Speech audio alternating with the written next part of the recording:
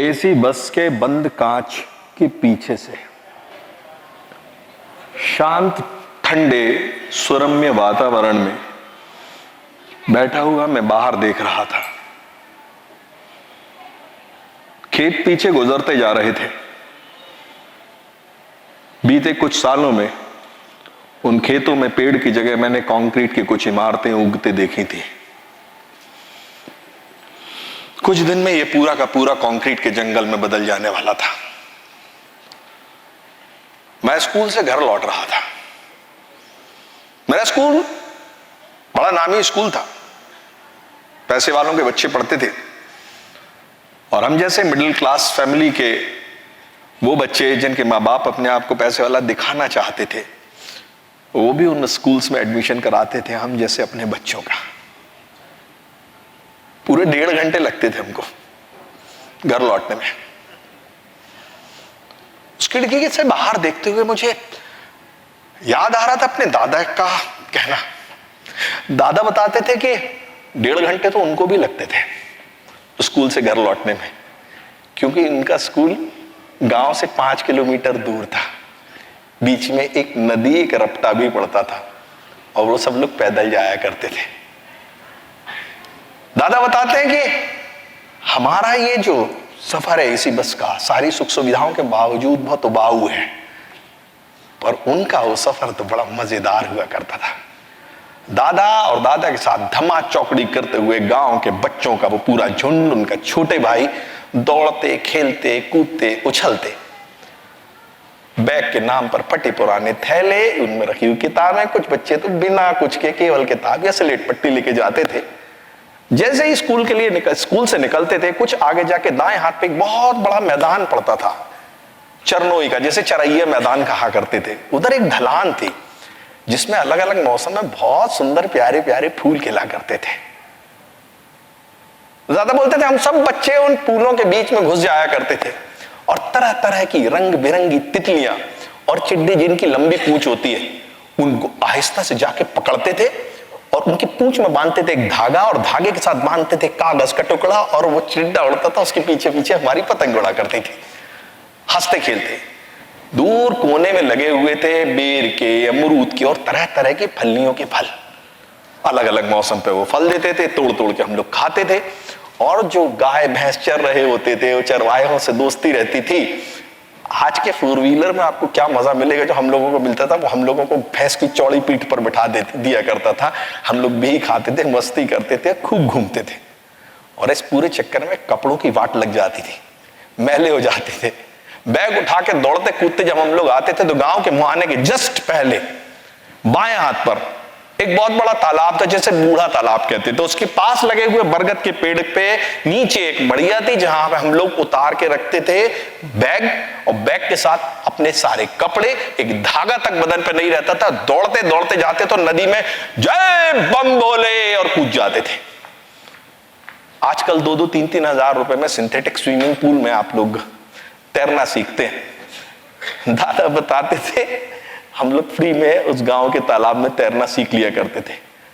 तो नहा धो के शुद्ध होके जब गांव में ये फौज हम लोगों की घुसती थी, तो जिस भी रसोई में सबसे मादक गंध खाने की आ रही होती थी, उसमें पूरी वानर सेना घुस जाती थी और छक के चूल्हे के किनारे बैठ के, कुछ तो लकड़ियों के ऊपर बैठ के सुस्वादु भोजन का आनंद लेते थे। किसके घर में कौन खा रहा है किसी को कोई हिसाब नहीं था। सबके दरवाजे सबके लिए खुले रहा करते थे। शाम को 4 बजते न बजते घंटी बजने लगती थी इब्राहिम माँ साहब की। इब्राहिम माँ साहब सरकारी स्कूल से कब के रिटायर हो चुके थे और गांव में शाम को 4 बजे से उनकी क्लास लगती थी। पहली से लेके दूसरी, चौथी, 8वीं तक के सारे बच्चों को का खा गा से लेके 2 दूनी 4, 3 तिरका 9 के सारे पहाड़े करते सुनाते थे। रामायण पुराण की कहानियां, हदीस की बातें, हातिम ताई, सिंदबाद, सब कुछ पढ़ाते थे। फीस पढ़ने के लिए फीस, दूध के पैसे। उस जमाने के लोगों से ये बात कहो तो उनकी आंखें आश्चर्य से निकल आती हैं। ये सब चीजें बिकने की नहीं होती थी, विद्या तो दान के लिए होती थी। फीस क्या होता है कोई जानता ही नहीं था। उसके बाद पापा बताते हैं कि हम लोग के समय में तक भी माहौल ये था कि प्राइमरी स्कूल के समय में यदि किसी बच्चे के बारे में पता चल जाता था तो लोग कहते थे गधा है, ट्यूशन पढ़ता है। ये बहुत बड़ी बेइज्जती मानी जाती थी। और ऐसे माहौल में पढ़ते, गुनते, सीखते, दादा बताते थे कि स्कूल में एडमिशन का क्राइटेरिया भी क्या होता। हमारे दादा के एक छोटे भाई थे, मतलब छोटे दादा कहना चाहिए, हमारे पिताजी लोग उनको कक्का कहा करते थे। इनकी उम्र में फासला 3 महीने का था, 3 साल का था, पर इनका कैरियर पूरा एक साथ चला, दादा का भी और कक्का का भी। हम लोग ये तिलस्म नहीं समझ पाते थे। कभी कभी हम लोग बोलते थे दादा आप फेल हो गए थे क्या? बोले नहीं रे, हुआ क्या था कि ये जो छोटू था ये बहुत ज्यादा मचलने लगा कि दादा स्कूल जाते तो मैं भी स्कूल जाऊंगा, और नाक बहाता, कभी शर्ट अकेली कभी पैंट अकेली, जैसा जो मिल जाता था वो पहुंच जाते थे स्कूल, और जाके रोता था पैर पटक पटक के कि मेरे को भी पढ़ना है। मास्टर साहब जो थे उनको भी लगा कि एक बच्चा और बढ़ जाएगा, उन्होंने कहा कि उसका एडमिशन ले लेते, मगर एक क्राइटेरिया आपको पूरा करना पड़ेगा, और वो क्राइटेरिया बहुत महत्वपूर्ण था। जो उस समय उस काल को देखे हुए लोग हैं वो बहुत अच्छे से समझ जाएंगे, ये हाथ ऐसा उठाओ और ऐसे करो, यदि कान तक पहुंच गया तो you are eligible for admission. तो जब चाचा ने ऐसे किया तो पूरे लोगों की धड़कन धक धक धक धक होने लगी, और जैसे ही उन्होंने किया तो हम सारे बच्चे नाचने लगे, अब छुटकू भी हमारे साथ पड़ेगा। छुटकू ने दूसरी कंडीशन रख दी, आंसू उसके रुक चुके थे, 2 मोतियों जैसे लटके थे। पहली क्लास में नहीं पढ़ेंगे, जिस क्लास में दादा पढ़ता है उसी क्लास में पढ़ेंगे। मास्टर साहब ने थोड़ा सोचा, वाइल्ड कार्ड लेटरल एंट्री, सीधे 4th क्लास में एडमिशन। ऐसे मजे मजे में पढ़ाई हुआ करती थी, ब्रिज कोर्स लगा के सारे कोर्स पूरे हो गए। भगत नारायण पोस्टमैन गांव में आया करते थे, डाक, उम्मीदें और दुख की खबरें सब साथ में लाया करते थे। हम बच्चों को एक लालच था, खासकर उनके पास बहुत महंगी महंगी कुछ पुस्तकें और किताबें होती थी जिसमें बड़े अच्छे अच्छे चित्र होते थे। हम लोगों को लालच रहता था कि वो किताबें हमें देखने सुनने पढ़ने मिल जाएं, तो हम उनके साथ पीछे लग जाते थे। तो वो हमें कहते थे तुम लोगों को काम करना पड़ेगा, तो हम उनकी चिट्ठियां घूम घूम के बंटवाते थे। उस समय एक चीज और थी, पढ़ने लिखने का चलन बहुत कम था, तो गांव में चिट्ठियां लिखना और चिट्ठियां पढ़ना ये भी एक बहुत बड़ा टास्क होता था। आप समझ लीजिए कि दादा बताते थे कि हम लोग की एक तरह से इंटर्नशिप चल रही थी, तो हम लोगों के लिए चिट्ठियां लिखते थे और पढ़ते भी थे, सब कुछ करते थे, और इस चक्कर में हम लोगों को किताबें पढ़ने मिल जाया करती थी। भगत नारायण जी मेरी सेवा से बहुत ज्यादा प्रसन्न हो गए थे, दादा बताते हैं।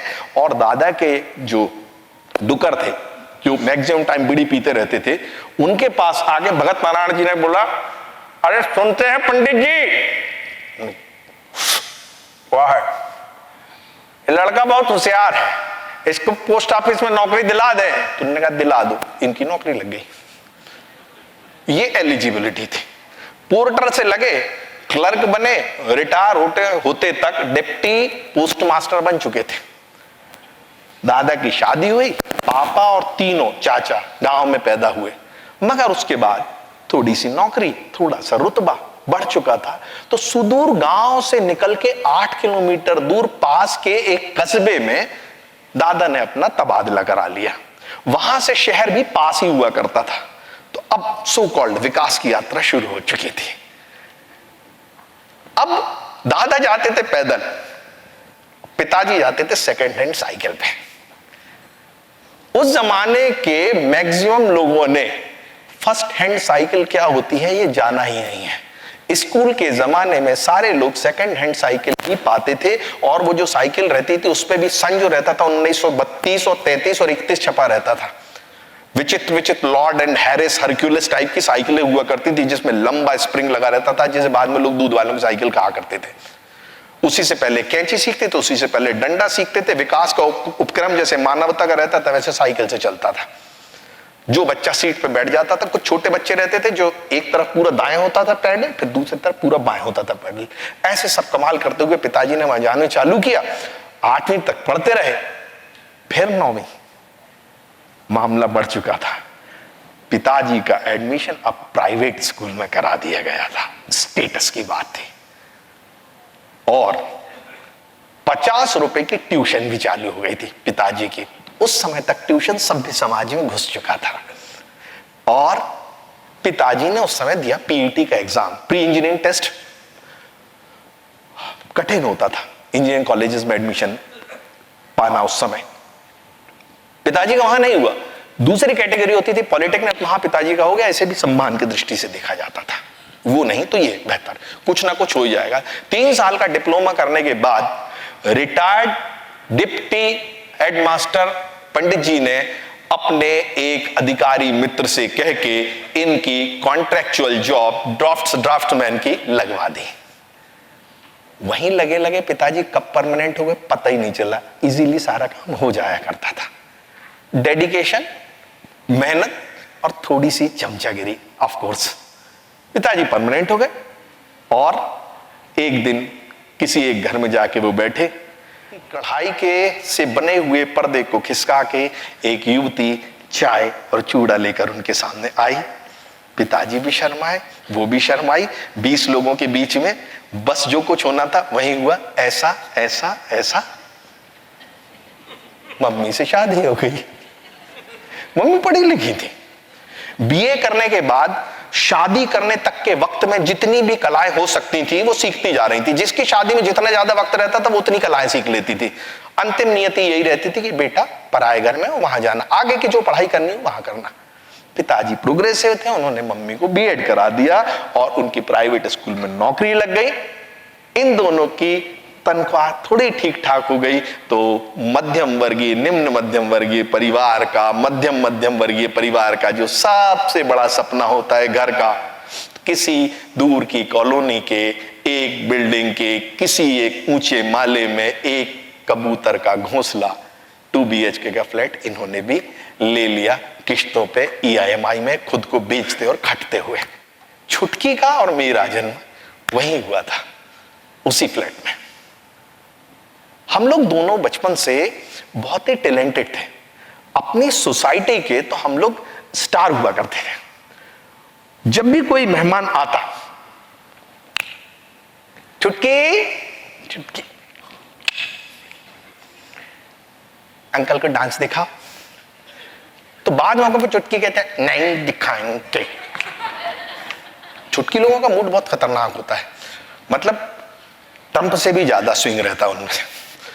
तो और कभी प्रसन्न हो गए, मन आ गया तो मुझे बुलाया जाता, भैया हम आ जाए। हाँ, फिर मैं डाइनिंग टेबल पे बाल झटक झटक के, अब वो मैं नहीं दिखा सकता, तबला बजाता था और छुटकी डांस करती थी। ओ राधा तेरी चुनरी, ओ राधा तेरा झल्ला, ओ राधा तेरी नटखट नजरिया, ओ राधा तेरा चुमका, ओ राधा तेरा ठुमका, ओ पीछे पीछे सारी नगरिया। सब लोग बहुत खुश होते, मम्मी पापा भी बहुत खुश होते। कॉलोनी के जितने भी फंक्शंस होते उन सब में हम लोगों को बुलाया जाता था। खुश नहीं होते थे तो केवल एक पड़ोस के नायक अंकल, ये थे तो नायक, हम लोगों की जिंदगी में खलनायक थे। इनकी जो आंटी, जिनको मम्मी लोग नायिका बोलती थी, मैं और छुटकी खलनायिका बोलते थे, वो हमारी सोसाइटी की BBC थी। किस किस घर में क्या हो रहा है वो सब घर का एक दूसरे को यहाँ बताती रहती थी। तो बोलती थी भैया अपन को क्या करना, अपन को तो किसी से कुछ मतलब ही नहीं है। उन लोगों को हमारे इन सब टैलेंट से ना काफी दिक्कत हुआ करती थी। वो बोलने की कुछ कुछ कोशिश हमेशा किया करते थे, पर जिंदगी अपनी मजेदार रफ्तार से चल रही थी। पापा हम छुटकी को सामने स्कूटर पे बिठाते थे, मुझे पीछे बिठाते थे। मेरा क्रिकेट का शौक अच्छा खासा बढ़ चुका था, मुझे एक किट भी मिल गई थी। चुटकी के लिए भी घुंघरू आ गए थे, घर में एक बाजा खरीद लिया गया था। जाते थे हम लोग, एक तरफ छुटकी का डांस स्कूल था, सामने मेरी क्रिकेट एकेडमी थी। सब कुछ आनंद पूर्वक मजे मजे में चल रहा था। बट इस पूरे काम में दिक्कत होती थी नायक अंकल और नायक आंटी को। उनके जो शाहकार थे, प्रिंस एंड प्रिंसेस बुन्नू और किट्टी, उन लोगों के 2 पसंदीदा काम थे, टीवी देखना और चिप्स और चीज वाली बहुत सारी चीजें खाना। Eat drink and be heavy. और आंटी का कहना रहता था देखिए मेंटल बहुत ज्यादा काम करना पड़ता ना, बच्चे पढ़ते पढ़ते थक जाते, तो थोड़ा रिलैक्स करने के लिए मैं इनको टीवी दिखलाते। और आप न्यूट्रिशन का हमको बहुत ख्याल रखना है, इसलिए हम लोग ये सब चीजें इनको देते हैं। हमको बहुत अच्छे से सारी चीजें मालूम है। तो कुछ लोग होते हैं सोसाइटी में जो सही की परिभाषा ये मान के चलते कि उन्हीं से तय होती है, वो बाकी दुनिया की किसी की सुनते ही नहीं। पर वक्त हमेशा एक सा नहीं रहता। पिताजी खट रहे थे, बहुत मेहनत कर रहे थे, बहुत काम कर रहे थे, मगर उनके जो सीनियर इंजीनियर थे वो सर्टेनली बीई थे और कुछ AMI वगैरह के कुछ डिप्लोमा भी उन्होंने किए हुए थे, काम करते थे सारा। पापा क्रेडिट ले लेते थे, वो मिस्टर द्विवेदी साहब जो इनके चीफ इंजीनियर हुआ करते थे। और कुछ गड़बड़ हो जाती तो तुरंत बुला के बोलते थे, सुनिए यार अटल बाबू ये क्या किया आपने। पिताजी बहुत फ्रस्ट्रेट हो जाते थे और कभी कभी चीजें बताते थे कि सर ये मुझे क्यों नहीं बुला गया, तो वो ये कहते थे, देखिए अटल जी, अब डिप्लोमा का और डिग्री का अंतर तो होता है ना, उसको आप कैसे पाट सकते हैं। पिताजी अंदर ही अंदर धधकने लगते थे। वहां माला मैडम, मम्मी के स्कूल की प्रिंसिपल, मम्मी BA BEd थी, बहुत अच्छी हिंदी पढ़ाती थी, पर उनके स्कूल की जो प्रिंसिपल थी वो PhD थी और हिंदी का कोई बहुत लंबा सा सब्जेक्ट था जिसमें उन्होंने कहीं पता नहीं कौन सी यूनिवर्सिटी से डॉक्टरेट की थी, तो वो अपने आप को डॉक्टर कहती थी। मम्मी के सारे क्रेडिट केवल इसलिए छिन जाते थे क्योंकि वो सिंपल BEd थी, और वो धीरे से कॉलर झुका के कहती थी, देखिए मैं PhD हूं ना, you know I am doctor. इनसे पूरे पेपर लिखवाती थी, अपने नाम से चैप दिया करती थी। तो माता जी के जीवन में वो जो माला थी वो मृत्यु माला जैसी बनी हुई थी, ऐसे कंकालों की। और यहां पिताजी के यहां वो महाशय द्विवेदी जी। अच्छा, अपना आलम ये कि क्रिकेट ऐसा खून में नशे की तरह घुल चुका था हमारा कि जब मैथ्स की क्लास हो रही होती तो बाहर खिड़की में खेलते बच्चों को देख के मेरा आत्मा तो बिल्कुल शंकराचार्य की तरह परकाया प्रवेश जैसी निकल जाया करती थी मैदान में। जब सर ग्रीन बोर्ड के ऊपर सफेद रंग से न्यूमरल्स और नंबर्स लिख रहे होते थे तो मुझे ऐसा लगता था कि घास का सजा हुआ फैला मैदान है, इसमें ये सारे फील्डर हैं। और उसके बाद जब मास्टर साहब आके कहते थे, so what is the value of x, तो मुझे लगता था उस प्रश्न की बॉल निकली, गुड लेंथ स्पॉट पर टप्पा ली और उछल के मेरे कमर की हाइट तक आई। तेज रफ्तार, मेरे दिमाग में खटाखट कैलकुलेशन चलता था और मैं बोलता था x is equal to n square minus c। तो मुझे उस समय यूं लगता था जैसे मैंने अपने दाएं घुटने को नीचे रखा, बाएं पैर को सामने किया, बल्ले को ऐसा रखा और जैसे इंसिडेंस रेट आती है आईने के ऊपर, दर्पण के ऊपर, मेरे बैट पर वो गेंद आ रही है और मैंने हल्का सा एंगल लिया, डबल एंगल से वो गेंद निकली सेकंड और थर्ड स्लिप के बीच से सीधे बाउंड्री की तरफ, और उस गेंद के साथ मैं उड़ रहा होता था। गेंद जब बल्ले पर लगती थी तो बल्ले की जो वाइब्रेशन और ठनक होती थी वो इन मुट्ठियों से होते हुए, मेरे बाहों से होते हुए पूरे शरीर को जब सहराती थी तो मैं एक बादल बनकर हवा में उड़ जाया करता था। और जैसे ही गेंद बाउंड्री को पार करती थी तो ऐसा लगता था जैसे मैं बादशाह बन गया।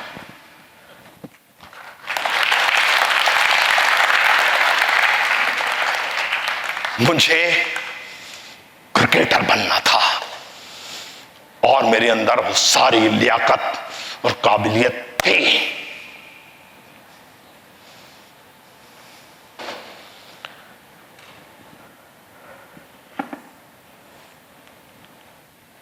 छमाही परीक्षा हुई, होती रहती है, घर लौटा, कंपाउंड में अंधेरे में जैसे बिल्ली की केवल चमकती हुई आंखें दिखती हैं ना, जो अचानक से हमला करती है, ऐसे ही मुझे दिखे नायक अंकल। क्यों इधर जी है हो गई हाफ ईयरली, कितने मार्क्स? मैंने कहा मुझे नहीं मालूम, रिजल्ट नहीं आया। है झूठ बोल रहा है। मैंने कहा झूठ क्यों बोलूंगा, नहीं आया, आप जाके स्कूल पता कर लीजिए। ऑनलाइन के सिस्टम चालू हो चुके थे। मैं दंदनाता हुआ, मस्ती करता, सीढ़ियां चढ़ता हुआ अपने फ्लैट पहुंचा। फ्लैट का दरवाजा आधा खुला हुआ था पर अंदर अंधेरा था। यूजुअली ऐसा होता नहीं है। मैंने दरवाजे को खोला, अंदर घुसा। बाहर कंपाउंड से छनकर आते हुए स्ट्रीट लाइट की रोशनी भर ड्राइंग रूम में दिख रही थी। बाएं तरफ जहां सोफे रखे थे, उधर पे पापा सिर को पकड़े हुए बैठे थे। दाहिनी तरफ जो डाइनिंग रूम का हिस्सा कहलाता था, वहां मम्मी बैठी थी, दिख नहीं रही थी। भिंडी काट रही थी, ये मैं समझ गया था। किचन की लाइट जल रही थी और किचन के दरवाजे से निकलने वाला जो लाइट का टुकड़ा था वो एक पैरेललोग्राम की तरह मेरे मम्मी के पैरों को छू रहा था। कमरे में एक अजब सी शांति छाई हुई थी। खौफ से मेरा दिल धड़कने लगा। मैंने अपने आप को सहज दिखाते हुए बैट को घुमाते हुए मैं तो पापा की आवाज गूंजी, कितना स्कोर है? मुझे लगा बॉस सब ठीक है। मैं खुश, 92।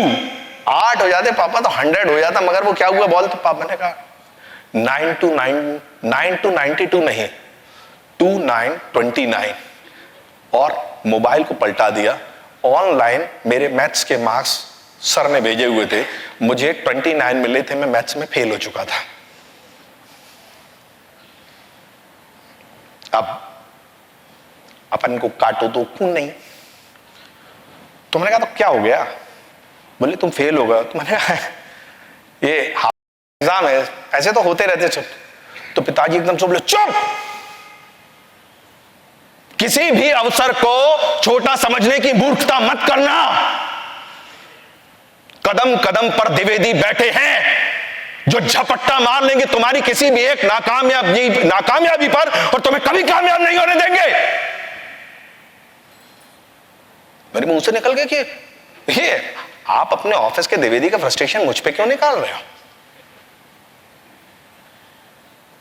यहां पेट्रोल के टैंकर में जैसे मैंने तीली फेंक दी जलती, राइट साइड स्टार्ट हो चुकी थी। वो जो चक्कू कट रहा था उसकी स्पीड बढ़ी और फिर चक्कू टन थाली पे गिरा। देखिए मैंने कहा था इसके लिए इसके शौक ही सबसे ज्यादा इंपॉर्टेंट है। हम अपनी जिंदगी भर की कारी कमाई इन बच्चों पे लगा रहे, इतना खट रहे, अपनी जिंदगी बर्बाद कर रहे हैं। इनको ये नहीं लगता कि छुटकी डॉक्टर बन जाए, ये इंजीनियर बन जाए, इनको केवल क्रिकेट खेलना है। हमारी तमन्ना है, हमारे सपनों का इनके जीवन में कोई महत्व नहीं है। जाओ खेलो भैया क्रिकेट, हमारी जिंदगी से खेलो।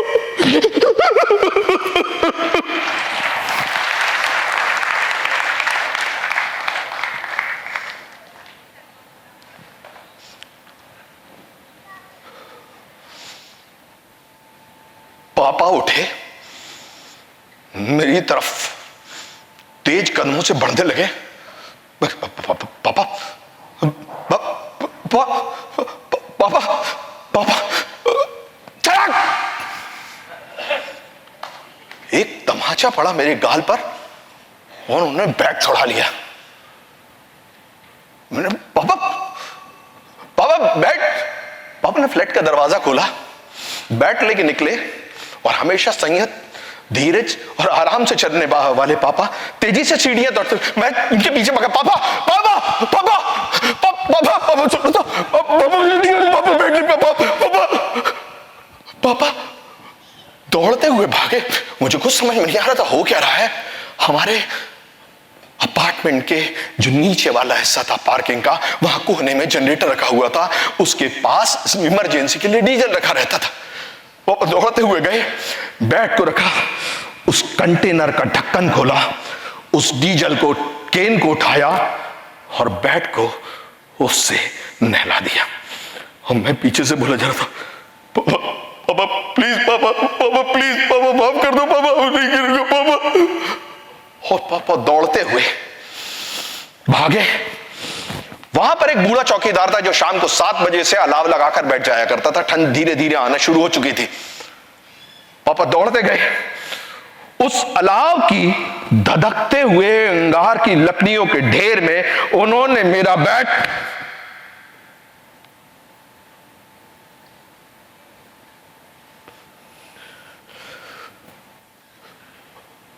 उस बेड के साथ मेरे बहुत सारे सपने भी जल गए उस दिन। और पीछे से आवाज आई, शाबाश, अच्छा किया अटल जी, मैं तो बिंदु किट्टी को इन सब से बिल्कुल दूर रहता हूं, मैं तो कब से कह रहा था छुड़वा दीजिए साहब, इसमें कुछ नहीं है। ताजी ने उनकी तरफ खजाने वाली नजर से देखा और वो चले गए।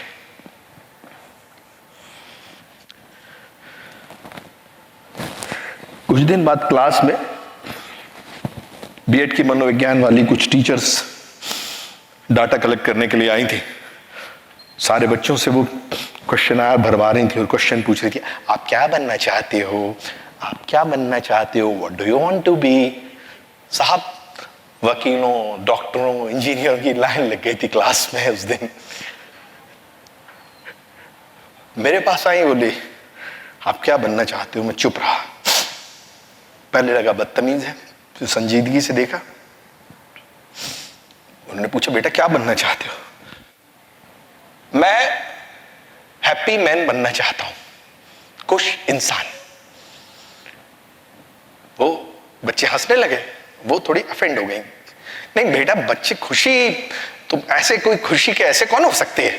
अरे खुशी पैसे से आती है, और पैसा आता है एक अच्छे कैरियर से। आप बड़े वकील, डॉक्टर, इंजीनियर कुछ बनोगे तो आपके पास पैसा आएगा तो खुशी होगी। मैंने कहा मैम, आप गारंटी से बोल सकते हैं कि जितने भी लोग पैसे वाले हैं वो सब लोग खुश हैं। तो उन्होंने कहा कि नहीं, मतलब ये हो सकता है। मैंने कहा देखिए मैम, खुशी का संबंध पैसे से नहीं होता। आप इसे समझने की कोशिश करिए। अपनी स्टेटस दिखाने के नाम पर खाना खाने के लिए शहर से 30 किलोमीटर दूर बने किसी 5 स्टार होटल में जाकर हम बेसाद खाना 2000 रुपए का खाए, केवल इसलिए कि लोग हमें उस होटल में खाता हुआ देखें, कि बजाय मुझे बेहतर लगता है अपनी अगली गली के नुक्कड़ पर कोने में ट्रेहड़ी लगाने वाले भोलू के साथ 20 रुपए की फुल्की खाना। मुझे उसमें बहुत आनंद आता है, मुझे उसमें खुशी मिलती है, मुझे उसमें सुख मिलता है।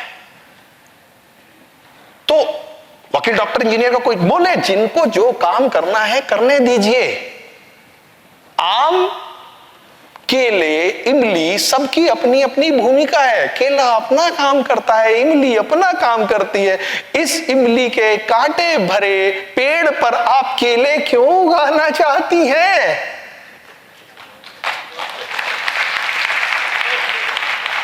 किस कंपटीशन में आप धकेल रहे हैं? मछली को पेड़ पे चढ़ा के उसकी काबिलियत देखोगे कि बंदर को पानी में डुबकी लगा के देखोगे? उसकी जगह मछली की पानी में, बंदर की पेड़ में। समझते क्यों नहीं है आप? अब तक मैम बहुत ज्यादा क्रोधित हो चुकी थी, बोलती थी देखिए समाज तय नियमों से चलता है, कुछ निश्चित अवधारणाएं हैं। बेटा 4 में से 1 जाता है तो 3 ही बचता है। मैंने अपना रुमाल निकाला, मैंने कहा मैम 4 कोने? बोली हाँ। मैंने कहा 1 कोना गया, कितने कोने बचे?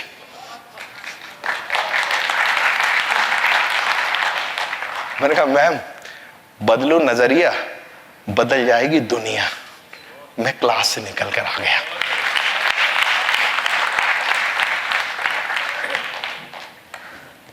हमारे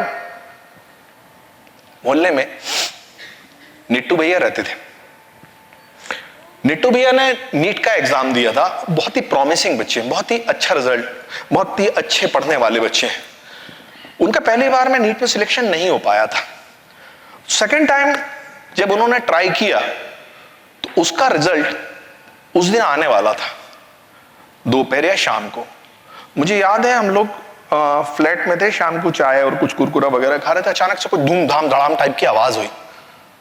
क्या हुआ क्या हुआ? एक बदहवासी हुई, सब लोग खिड़की की तरफ गए। मम्मी ने पता नहीं क्या देखा, हम लोगों को पीछे के कमरे में बंद कर दिया। बोले निकलोगे नहीं, खिड़की मत खोलना। कुछ अनजानी सी आवाजें थी, कुछ समझ में नहीं आ रहा था क्या हुआ। दौड़ते भागते, चिल्ला चोट, अरे कुछ करो, एम्बुलेंस, ये वो फलाना ढिकाना।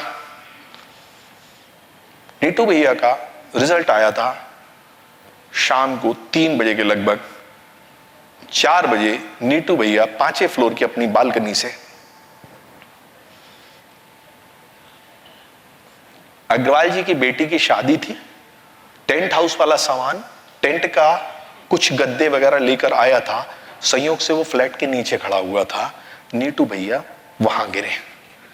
क्यों गिरे, कैसे गिरे, ये तो नीटू भैया ही जानते हैं।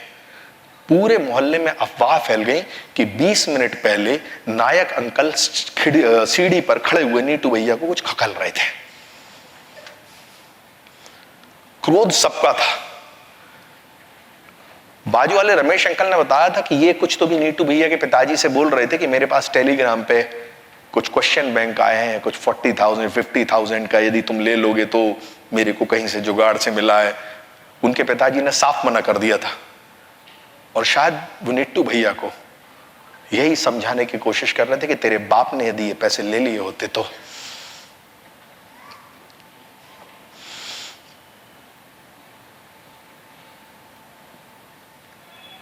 धन बदन में आग लग गई मेरे। नहीं, नायक साहब ने पीछे पढ़ पढ़ के पिताजी से मेरा एक कोचिंग में एडमिशन करवा दिया था। वहां एक तरीका था कि यदि आप एंट्रेंस एग्जाम दोगे, आपके इतने नंबर आ जाएंगे तो आपको इतने % फ्री मिलेगा एंड ब्ला ब्ला ब्ला। मुझे तो लगता है कि शायद नायक अंकल की वहां भी कमीशन होगी। मैं जब आके अपनी गाड़ी पार्क कर रहा था तो पीछे से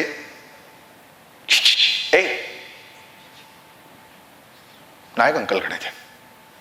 आ गया एंट्रेंस एग्जाम का रिजल्ट तेरा, कोचिंग का, कितने मार्क्स?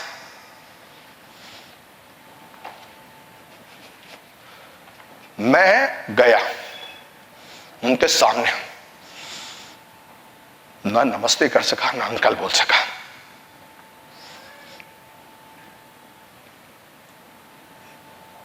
आप इतने साल से जिस डिपार्टमेंट में नौकरी कर रहे हैं, अभी तक आपका प्रमोशन क्यों नहीं? इस 25 साल की नौकरी में रिटायर होने को आ रहे हो आप। मैंने कभी आपसे पूछा? आपके दोनों बच्चे जो नील बटे सन्नाटा हैं, जिनको आपने इतनी महंगी महंगी कोचिंग दिलवाई और ना होने के बाद कैपिटेशन फी देके महंगे महंगे कॉलेजेस में आपने एडमिशन कराया, उनके लिए लाखों रुपए की ये फीस आप इतनी छोटी सी तनख्वाह से कैसे अरेंज कर पाए? मैंने कभी आपसे पूछा?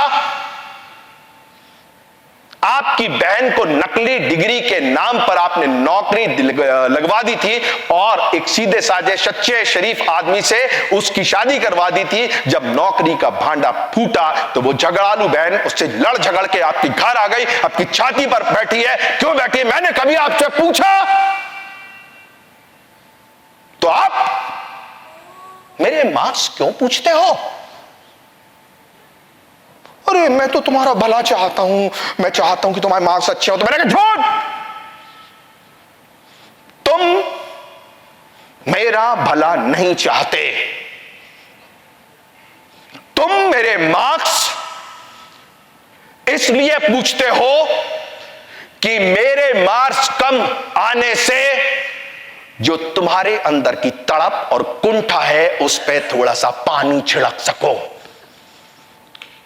किसी की खिंची हुई लाइन को छोटा करने के लिए अपनी लाइन बड़ी की जाती है। तुम उन लोगों में से हो जो खुद की लाइन तो बड़ी नहीं कर सकते, इसलिए दूसरे की लाइन को छोटा करते हो मिटा के। तुम ये मेरे मार्क्स पूछ के और इनको कम पाके मेरे खुददार मां बाप की परवरिश में एक प्रश्न चिन्ह लगाना चाहते हो और अपनी कुंठा को जायज ठहराना चाहते हो।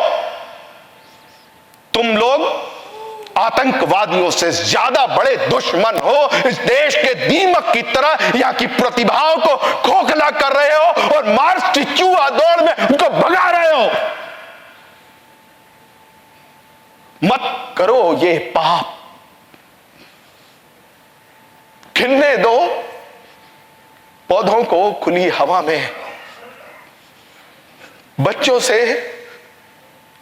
उनका बचपन मत छीनो। हमारा जो होगा हम कर लेंगे, मेहनत कर लेंगे, मजदूरी कर लेंगे, तुमसे रोटी मांगने नहीं आएंगे। इसलिए मैं आपसे कहता हूं, मेरे मार्क्स मत पूछो, मेरे मार्क्स मत पूछो। अंकल, बुरा लगता है, बहुत बुरा लगता है। मेरे मार्क्स मत पूछो।